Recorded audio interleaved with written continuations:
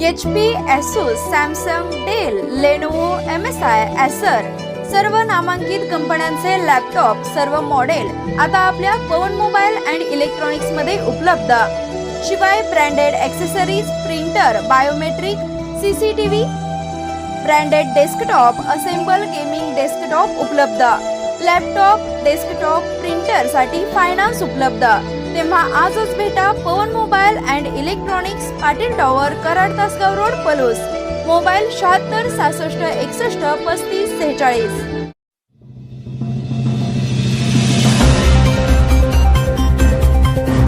आरफळचे पाणी पलूस तालुक्यात दाखल होणार। निलेश सुगडे कोपर्डे जोड कालव्याचे काम पूर्ण, चाचणी सुरू। कोपर्डे जोड कालव्याचे काम पूर्ण झाले आहे। दिनांक 19 मार्च रोजी या जोड कालव्यात पाणी सोडून चाचणी टेस्टिंग सुरू केली असून 4 दिवसात पूर्ण क्षमतेने पाणी सोडले जाणार आहे, अशी माहिती पलूस शहर स्वाभिमानी विकास आघाडीचे नेते निलेश सुगडे यांनी पलूस येथे पत्रकार परिषदेत दिली। खानापूर, पलूस, कडेगाव, तासगाव तालुक्याला वरदान ठरणाऱ्या आरफळे कालव्याचे पाणी नियोजनासाठी जलसंपदा मंत्र्यांसोबत बैठक घेण्यात आली होती। कण्हेर धरणाबरोबरच तारळी धरणाच्या कोपर्डे जोड कालव्याचे काम लवकरात लवकर पूर्ण करण्याच्या सूचना संबंधित अधिकाऱ्यांना देण्यात आल्या होत्या। सुगडे म्हणाले की तारळी धरणातून 1.68 TMC पाणी सांगली जिल्ह्यासाठी आरक्षित असून तारळी व कण्हेर धरणातून 3837 TMC पाणी वापर प्रस्तावित आहे। याचा उपयुक्त 4ही तालुक्यातील सुमारे 15,986 हेक्टर क्षेत्रास फायदा होणार आहे। तसेच आरफळ कालव्यावर असणाऱ्या विसापूर पुंदी योजनेसही आवश्यक इतके पाणी उपलब्ध होणार असून त्यामुळे तासगाव तालुक्यातील 26 गावांना त्याचा फायदा होणार आहे। कोपर्डे जोड कालव्याचे काम पूर्ण झाल्याने आरफळ कालवा, कृष्णा कालवा, पलूस शाखा कालवा, विसापूर पुंदी योजना यांना भविष्यात मुबलक पाण्याची उपलब्धता होणार आहे।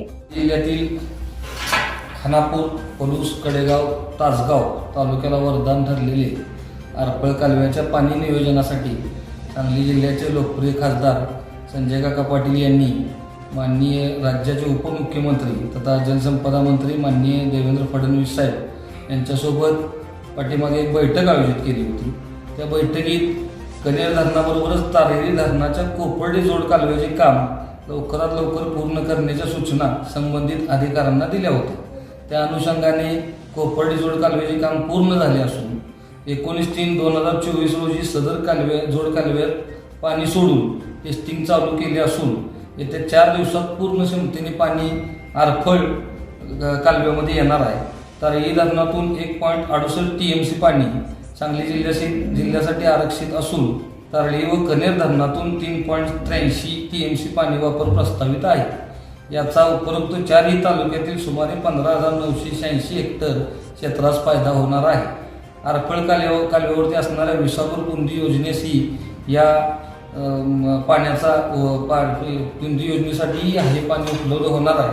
सदरच्या या आरफळच्या व कृष्णा कॅनॉलसाठी खासदार संजय काका यांच्या माध्यमातून प्रचंड प्रमाणात प्रयत्न झालेले आहेत। त्याचबरोबर पलूस कडेगावचे आमदार माननीय बाळासाहेब यांनी जे आंदोलन केलेलं होतं तेही यासाठी उपयोगास पडलेलं आहे। त्याचबरोबर आमदार अरुणांना लाड यांनी याच्यामध्ये सक्रिय सहभाग घेतलेला होता।